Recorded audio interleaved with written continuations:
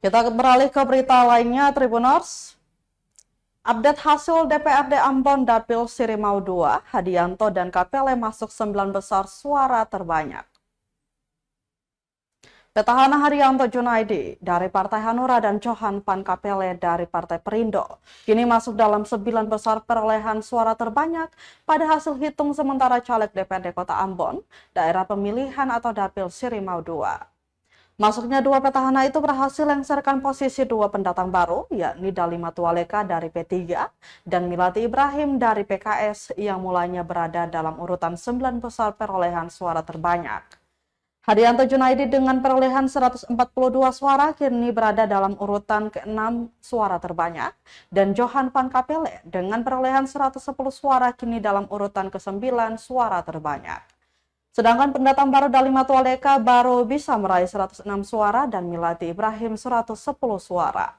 Adapun 9 nama caleg DPRD Kota Ambon Dapil Sirimau II dengan perolehan suara tertinggi yang dilansir dari pemilu 2024.kpu.go.id pukul pukul setengah 7 malam Minggu 25 Februari 2024 sore diantaranya.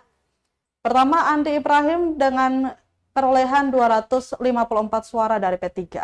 Kemudian Juniati Muhammad 247 suara dari P3, Muhammad Aris Sugiharto Sudarsono Solisa 243 suara dari PDI Perjuangan, kemudian Muhammad Fadli Toisuta 192 suara dari Demokrat, Gunawan Mohtar 179 suara dari PKB, Hadianto Junaidi 142 suara dari Hanura, Hamsudin 137 suara dari Perindo, kemudian Yati Sumiati 117 suara dari PKS, Johan Pan Kapele 110 suara dari Perindo.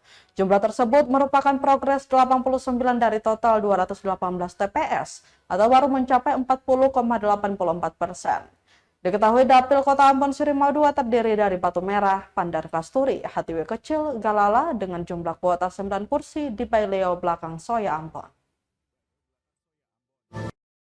Besar perolehan suara terbanyak. Download Tribun X sekarang, menghadirkan lokal menjadi Indonesia.